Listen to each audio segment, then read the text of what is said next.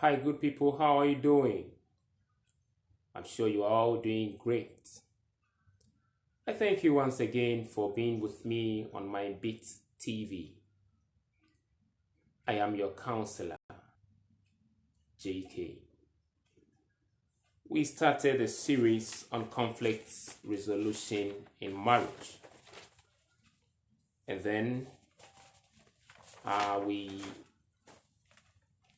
stated, or we saw that a serious disagreement or being incompatible or having a clash or different ideas at a given time can be seen as conflict. And we also stated that conflict may come, and then there are three different ways that conflict actually comes. And we said that the one that comes as a result, or that comes due to the couple's own actions or inactions. And then last time we talked about the conflict that can come as a result of the actions of a third person. Now, the third way that conflict may come is what we are going to look at today. And these ones are the conflict that are caused by circumstances beyond the control of the couples. So today we are continuing our series with the conflict resolution. And now we are looking at the way conflicts may come from or as a result of a situation which is beyond the control of the couples. Now, the first one that we need to look at, or we need to see, can be sickness. If one of the couples happen to have a chronic sickness or chronic disease or an illness, it always brings tension to the family and tension amongst the couple, especially the one who is not affected by the sickness will feel overburdened. And sometimes the other way around, the person who is not well, the one who is sick, also feels that he's being or she's being a burden on the other. And this may bring conflict. This person wants us to do this, and the other person says, because of my sickness, we cannot do it. And sometimes this sickness, not just the couples, sometimes their children or any of their dependents may fall sick, or even their parents, or even their siblings. And if it happens so, and the burden sort of shifts to the couples, that also brings about conflict, because the little money that they will get, they will think of buying medicine or medication for the sick person. And if you don't handle it well, conflict may set in. And then the other one will be redundancy. You may be in a work, you may be in a good kind of job, and the company, the institution, the organization may decide to lay off people. Probably, this COVID-19 season, most of the work, most of the institutions reduced their workforce. And if your spouse happens to be part of the group that has been laid off or that are going to be laid off, this also brings about conflict. So redundancy, the person is there, has no work to do, or has been laid off, this also brings conflicts amongst the couples. Then again, in this part of our world, everybody enter into the marriage with the hope to give birth, or procreation is an aim, is an objective in marriage, especially in this part of our world. So when couples are there, or when people get into marriage and for a year, 2, 3, 4, 5, 6 years, and they are not able to procreate, they are not able to give birth, it tends to bring conflict in the marriage. If you don't get a man who understands, who knows how the situation should be, then the man will tend to blame the woman. Most of the African marriages, if there is no child, we tend to blame the woman.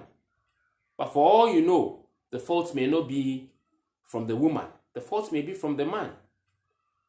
You may be man, all right, you're able to perform the sexual act, but it may happen that your sperm count is so low that you can't make a woman conceive.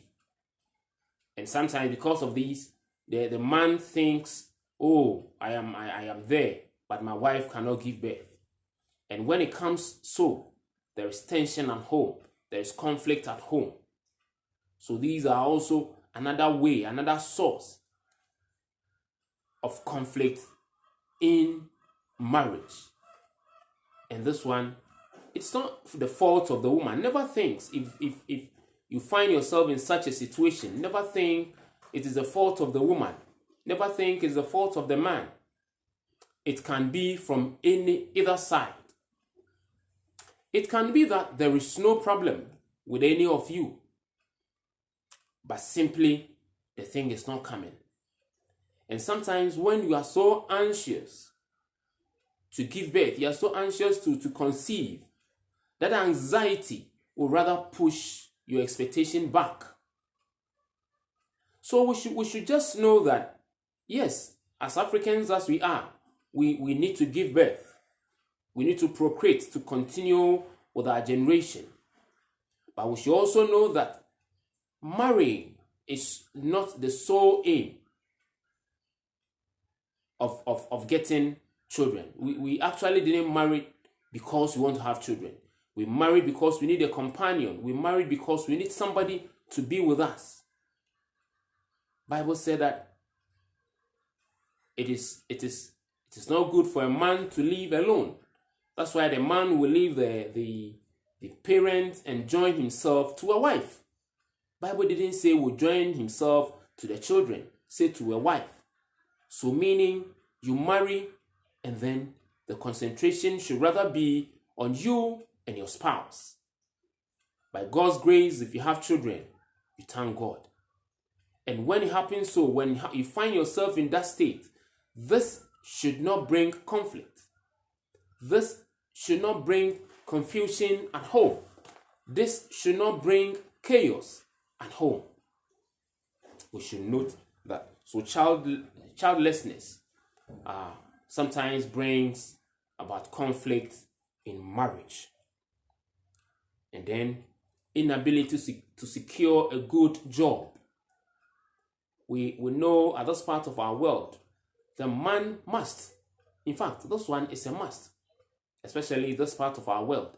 The man must have a good job in order to provide shelter, food and security, clothing for his wife and children.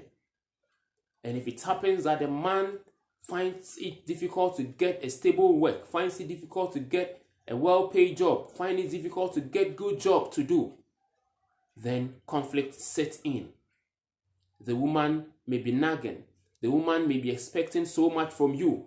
And as the man, if you are not able to provide for your wife and your children, there will be conflict at home. Especially if you don't have a wise woman, if you don't have a woman who is so sensible, who understands situation, then there will be conflict at home. Sometimes, excuse me to say, some of the women, they tend to compare themselves with their friends, with their siblings, whose husbands are doing great in terms of job or in terms of finances. So if you happen to marry such a woman, and you, the man, you are not able to come home with such huge sums of money, and you are not able to provide all those things that your friends are providing, then conflict sets in. The woman may not understand. They will think you are lazy. So your inability to secure a good job also bring about conflict in the family or amongst the couples. And then poverty. If you don't take care and it happens to be poor, you lose your job, you don't have any source of income, and you are not able to provide for your family, for your children, for your wife, then that's one wahala day for house.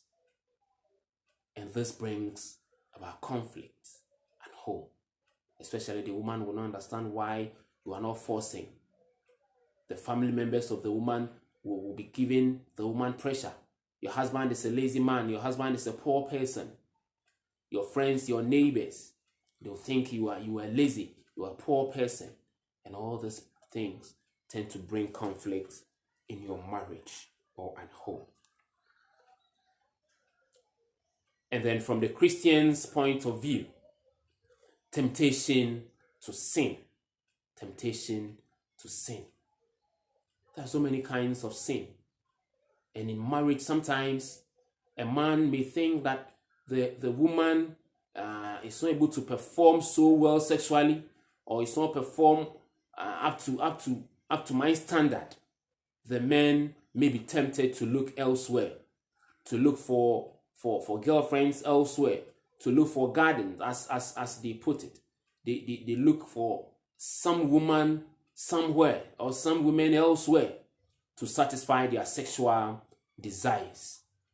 And if this temptation comes in, of this temptation to sin comes in, you see, the man, you tend to have some behaviors at home. Anything that your wife says, it brings anger.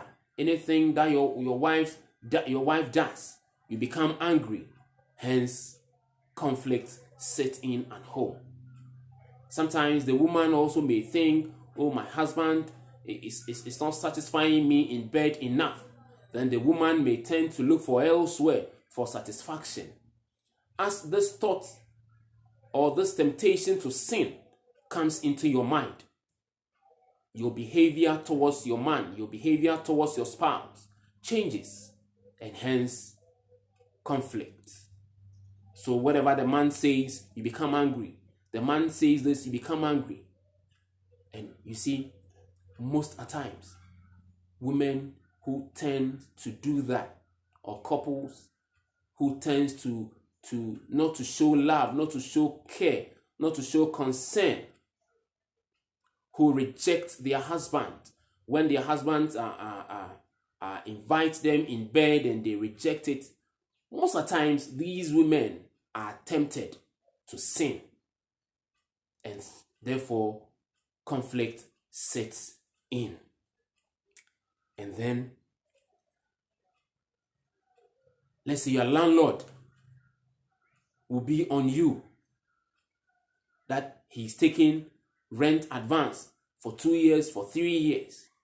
When it happens so, as a friend of mine said, will always say, "No, boom." Something is just running through your mind. Something is running through your brain. You don't know what to do. You may not have enough money to pay the advance or the rent advance. The landlord will also be giving you pressure to pay. When it happens so, everybody in your household or whoever finds himself in your home will incur your wrath. You'll be angry towards anybody who is found in your house. And hence, conflict sets in. And same way, If the landlord even ejects you, then that one bigger wahala. The woman will think you are not so caring enough, you are not so man enough to provide for your wife and your children. You are not able to provide shelter for them. And this brings conflict at home. So some of these things are conflicts that are caused by circumstances beyond our control or beyond the control of the couples. In recent times, there was this coronavirus pandemic, and most people lost their jobs. Most jobs are not working. Most businesses have collapsed. So this COVID thing, which was beyond the control of the couple, has just set in. And this can also bring conflict at home or conflict in marriage. So some of these things, as I said, which is beyond the control of the couples, can also bring conflict. And all these things, the next meeting that we'll look at the way or how to solve this conflict. And you see, when it comes so, when there is conflict at home, there is conflict in marriage, conflict amongst partners or couples, we need to find a way. We need to sit down to find solutions, to find ways of resolving this conflict so that the conflict will not escalate to a stage where lives may be lost, where tempers may go high, where property may be destroyed, where marriage or relationships will be broken.